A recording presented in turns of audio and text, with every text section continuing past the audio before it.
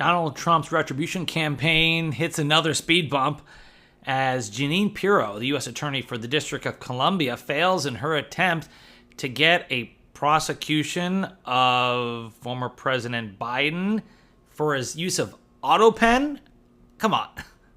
Real story. Let's discuss. I'm Dave Ehrenberg, former state attorney for Palm Beach County, a.k.a. the Florida Lawman here on Substack.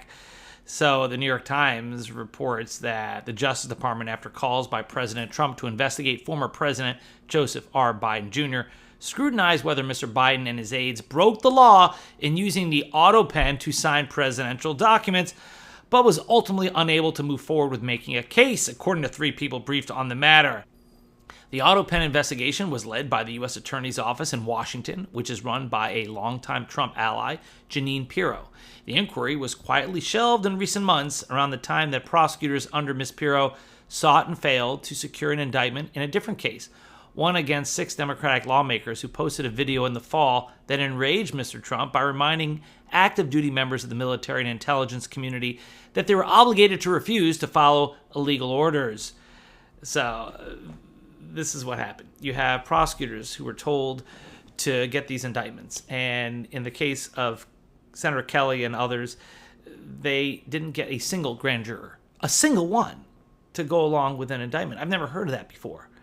It's unheard of. Remember, in a grand jury situation, it's a one-sided conversation. It's not a regular jury situation. It's just the prosecutor, witnesses, and the grand jurors. It's like if you're explaining to your friends why your neighbor is terrible, and at the end of that conversation, your friends say, I agree with the neighbor. That's essentially what happened here. If you can't convince people in a one-sided conversation, maybe you shouldn't bring the case at all, especially because the burden for grand jurors to indict is just probable cause, and you don't need unanimity.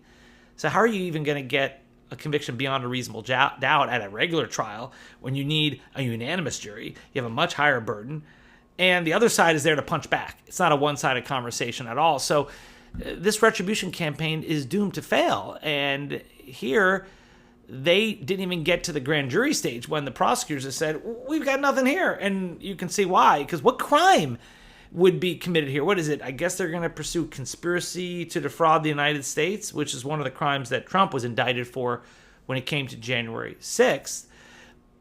But here, you're talking about the use of an Autopen, which has been used since Thomas Jefferson. And I know they didn't have the Autopen technology back then, but in one form or another, it dates back to TJ. And when it comes to the modern use of an Autopen, it dates back to Harry Truman. Every president from Harry Truman onward has used it, even Donald Trump. Yeah, Trump has admitted to using an Autopen himself, although he's tried to distinguish his use from President Biden's use by saying he only uses it for unimportant papers rather than legislation or pardons. Of course, James Comer, who's been the biggest critic of Biden for this in Congress, he was found to use digital signatures on the very subpoenas he used for the probe. The very subpoenas he issued were issued using Autopen. Yeah, I know. Hypocrisy. I mean, that's crazy. Now, one other thing.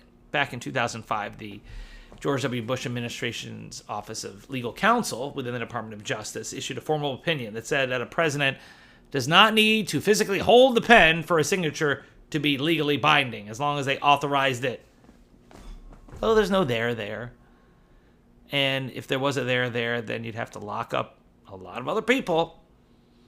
So this was always going to fail. But this is what happens when the person issuing the directives is the person whose picture is on the banner outside the Justice Department. We've never seen that kind of relationship. Yes, we've seen attorneys general who have been very close to the president.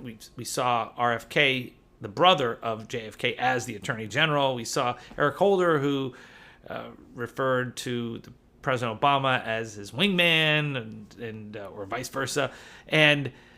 But yet you've never seen the president's picture hung outside the Department of Justice as the person who is making the calls. So this is not going to stop, because Trump said when he ran for president again that he will be your retribution. Retribution is a big part of MAGA.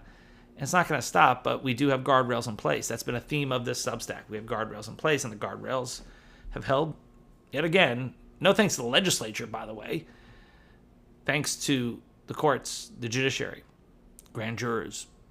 So we'll keep following it here on Substack. I'm Dave Ehrenberg, a.k.a. the Florida Lawman. If you like this video, hit the subscribe button if you haven't done so already. And if you have done so already, upgrade your subscription. I've got a new paid tier to support my work. I appreciate your support, and I'll see you next time.